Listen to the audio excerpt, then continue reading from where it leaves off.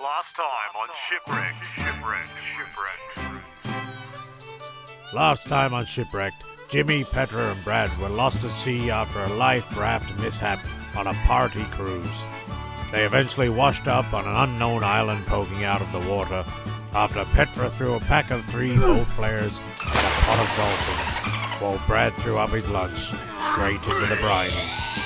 Jimmy, who was now sporting a beard handmade out of dry seaweed, found shelter in a cave and a worn-out tennis ball with a hole cut out of one side he called Wilson's sister.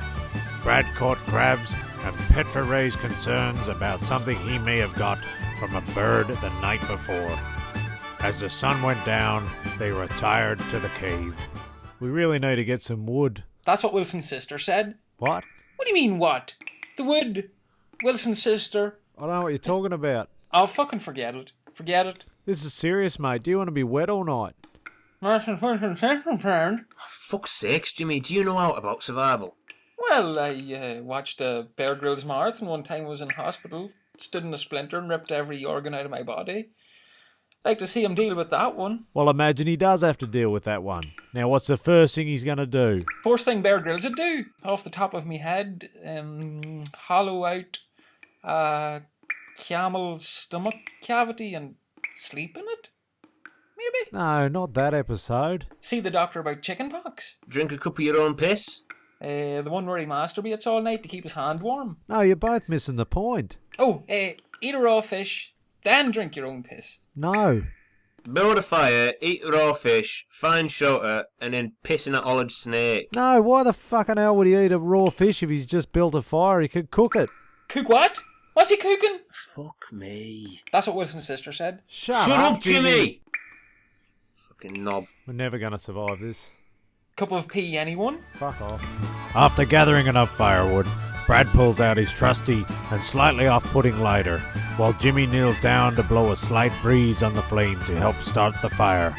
Petra took a minute to sit down and chuckle to himself as he thought of Pugwash, a small dog-walking midget from his hometown who specialized in no less than 6 lurches at a time. A vision that for some reason always made sense. Pugwash.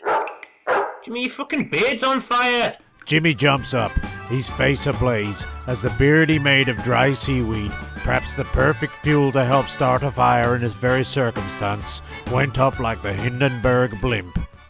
Ah! My face! My face! My face is on fire! Why me? Why, Lord? You've really done it this time, Jim! As Jimmy runs around on fire, his beard lights up the cave, where the boys spot a pool of fresh water with a bottle holding a piece of paper floating on top. Petra yells at Jimmy to stand still so he can read a damp note he pulls from his pocket. Jimmy, stand the fuck still!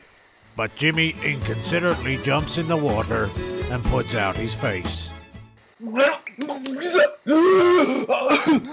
Oh, great! Now I'm all wet again. That's what Wilson's sister said. Hey, that's my line. The boys all laugh as one as morale lifts and Brad opens the bottle to read the note inside. Holy jumping Jesus, is that a treasure map? Isn't your face sore? Nah, it's just a story. Brad felt it needed an injection of excitement and danger without it being necessary to leave me scarred for the duration of the project.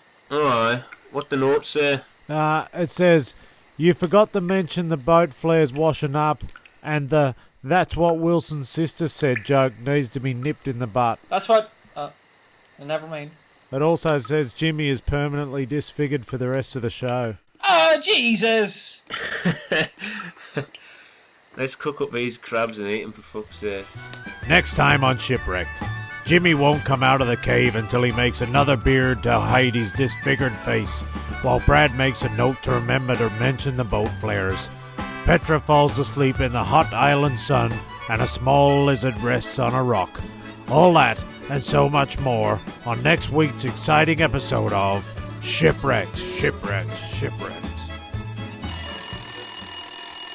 Hello, you've reached Brad. I'm not home. Just leave a message. How long are we going to be stuck on this island for? 'Cause I'm not being funny. There's lots of things in my life that I've said I didn't want to do, I don't want to have, Right, bananas was one of them. Over 20 years, I don't want one. I've had Jan. They're actually quite nice, eh? Never say never, all that sort of... There's some things I can say never to. I don't want to be on an island with Jimmy Poodle.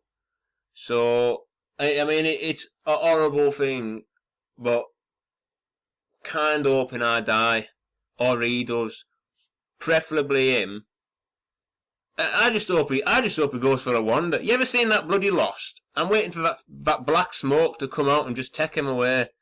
He'll be there scrapping on the rocks going, help, help, help, bye Jimmy. No bed.